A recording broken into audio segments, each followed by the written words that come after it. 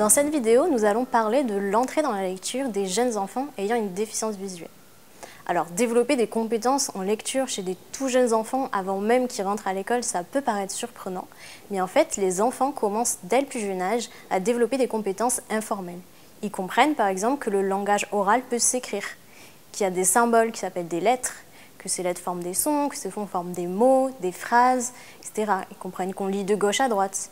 Ils découvrent également l'objet livre, qui raconte une histoire, que chaque scène est représentée par une image, une page, qu'il faut ensuite tourner les pages pour passer à la suivante, etc. Toutes ces compétences, c'est ce qu'on appelle des compétences en littératie précoce. Et des chercheurs qui ont suivi des enfants pendant plusieurs années ont montré un lien entre ces compétences en littératie précoce et les performances futures en lecture.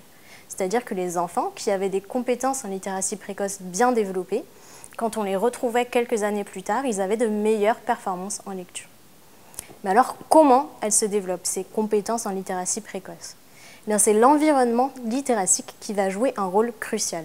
L'environnement littératique, c'est par exemple le nombre de livres qu'on a à la maison, le fait de faire la lecture à son enfant, le fait d'aller à la bibliothèque, ou même de voir ses parents en train de lire le journal le matin. Et cet environnement peut être vraiment différent entre un enfant voyant et un enfant ayant une déficience visuelle.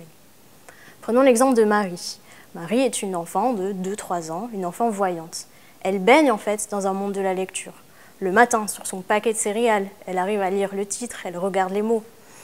Sur son dessin animé préféré, le logo de son dessin animé préféré, sur les panneaux de signalisation quand elle est dans la voiture avec ses parents. En fait, la lecture est partout.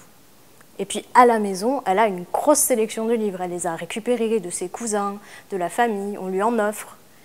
Et elle en a la plupart qui sont accessibles librement, qu'elle peut prendre quand elle veut pour les regarder les images, se refaire l'histoire, voire réinventer l'histoire si elle a envie. Et puis Marie, c'est aussi une enfant qui ne va pas se coucher sans son histoire du soir. Elle réclame tous les soirs qu'on lui raconte son livre. Prenons maintenant Lucas. Lucas qui est un enfant aveugle, qui ne va pas baigner dans ce monde de la lecture, c'est-à-dire qu'il n'y a pas de braille sur son paquet de céréales, il ne voit pas les panneaux de signalisation, ni dans son dessin animé préféré. Et à la maison, il a une sélection de livres assez restreinte. Comme on l'a vu, il a peu de maisons d'édition et donc peu de choix de livres. En plus, ces livres, ce sont des livres tactiles avec des manipulations. Et les parents n'osent pas lui laisser en accès libre parce qu'ils ont peur qu'il les abîme. Et donc finalement, Lucas, c'est un enfant qui a peu accès à la lecture et qui va peu réclamer qu'on lui lise des histoires. On voit donc là la différence entre les deux environnements littérastiques. Ces deux portraits que je vous présente sont en fait issus des résultats d'une recherche comparative que l'on a menée avec des parents d'enfants ayant une déficience visuelle et des parents d'enfants voyants autour de leur environnement littératique. Alors comment enrichir cet environnement littératique pour les enfants ayant une déficience visuelle? Eh bien, il existe des livres numériques par exemple, ou des histoires, des conteuses audio qui vont raconter des histoires. Mais c'est quand même important d'avoir accès à l'objet livre, comme je l'ai dit tout à l'heure. Pour ça, il y a des maisons d'édition spécialisées.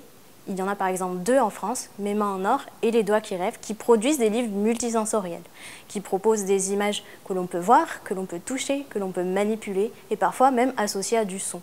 Ces livres sont donc accessibles à la fois à des enfants déficients visuels, mais également à des enfants voyants. Comme on a vu, ces maisons d'édition, il n'y en a que 2. Donc, le choix de livres est assez restreint. Alors, est-ce qu'on peut trouver des livres adaptés dans l'édition ordinaire qu'on pourrait trouver dans le commerce? Pour les tout jeunes enfants, c'est assez facile de trouver des livres avec des textures ou des choses à manipuler. Mais ces livres n'auront pas de braille dessus. Alors ça, on peut le rajouter. Il existe une Dymo Braille, une étiqueteuse braille, qu'on peut acheter et qui permet de créer des étiquettes avec des mots en braille. Donc on peut tout à fait aller coller l'étiquette directement sur le livre pour rajouter du braille. Mais ce sont souvent des livres qui sont des imagiers, qui n'ont pas beaucoup d'univers narratif autour. Donc ça va convenir aux plus petits, mais un peu moins aux plus grands. Donc pour ceux qui sont un petit peu plus grands, on peut aussi adapter des livres à la maison, comme on l'a vu dans une autre vidéo. On va pouvoir rajouter également le braille avec la Dymo Braille, et puis aussi du son, avec un stylo enregistreur qui est associé à des gommettes, et on va pouvoir enregistrer un son par rapport à cette gommette et coller la gommette directement dans le livre. Vous verrez des exemples d'usage de ce stylo dans la vidéo de l'ANPEA sur les bienfaits de la lecture. D'ailleurs, ces étiquettes braille, on n'est pas obligé de les utiliser que dans les livres, on peut les utiliser à d'autres endroits dans la maison. Par exemple, dans un bocal dans lequel on va verser les céréales du matin, avec écrit le mot céréales, sur des placards dans la maison ou à d'autres endroits. Finalement, l'important, c'est surtout d'exposer au maximum les enfants à la lecture et l'écriture et au braille, et ce, quel que soit le support. et dès le plus jeune âge pour qu'ils commencent à développer leurs compétences en littératie précoce qui sont des précurseurs de leurs performances futures en lecture.